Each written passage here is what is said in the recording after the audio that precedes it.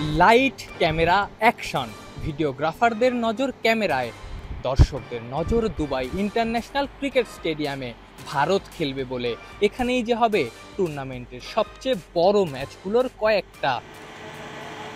সংযুক্ত আরব আমিরাত কিংবা বিশেষ করে দুবাইয়ের দর্শকরা, ক্রিকেট প্রেমী দর্শকরা ভারতকে একটা ধন্যবাদ দিতেই পারে।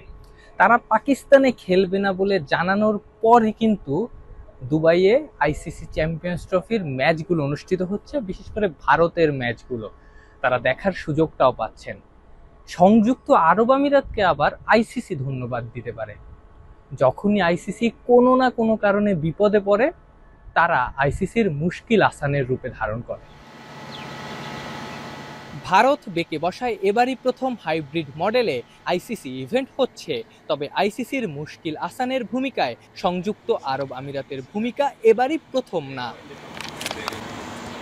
এই তো গত বছর টি-20 বিশ্বকাপের কথাই ধরা যাক। টুর্নামেন্টের আয়োজক ছিল বাংলাদেশ ক্রিকেট বোর্ড। রাজনৈতিক পট পরিবর্তনের কারণে অনেক দেশই বাংলাদেশে তাদের নাগরিকদের ভ্রমণ নিষেধাজ্ঞা দেয়। আইসিসি বাধ্য হয়ে ভেন্যু সরিয়েও নেয়। অল্প কদিনের নোটিসে আস্ত একটা বিশ্বকাপ আয়োজন করে ফেলে এমিরেটস ক্রিকেট বোর্ড। অবশ্য টুর্নামেন্টের আসল হোস্ট বাংলাদেশই ছিল।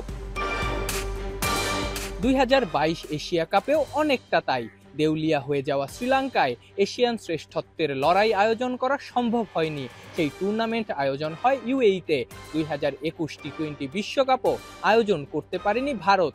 সেই আসরের পর মাঠে গড়ায় ইউএই এবং ওমানে। কোভিড বাস্তবতায় সে বছরের আইপিএলও আয়োজন করা হয় সংযুক্ত আরব আমিরাতে।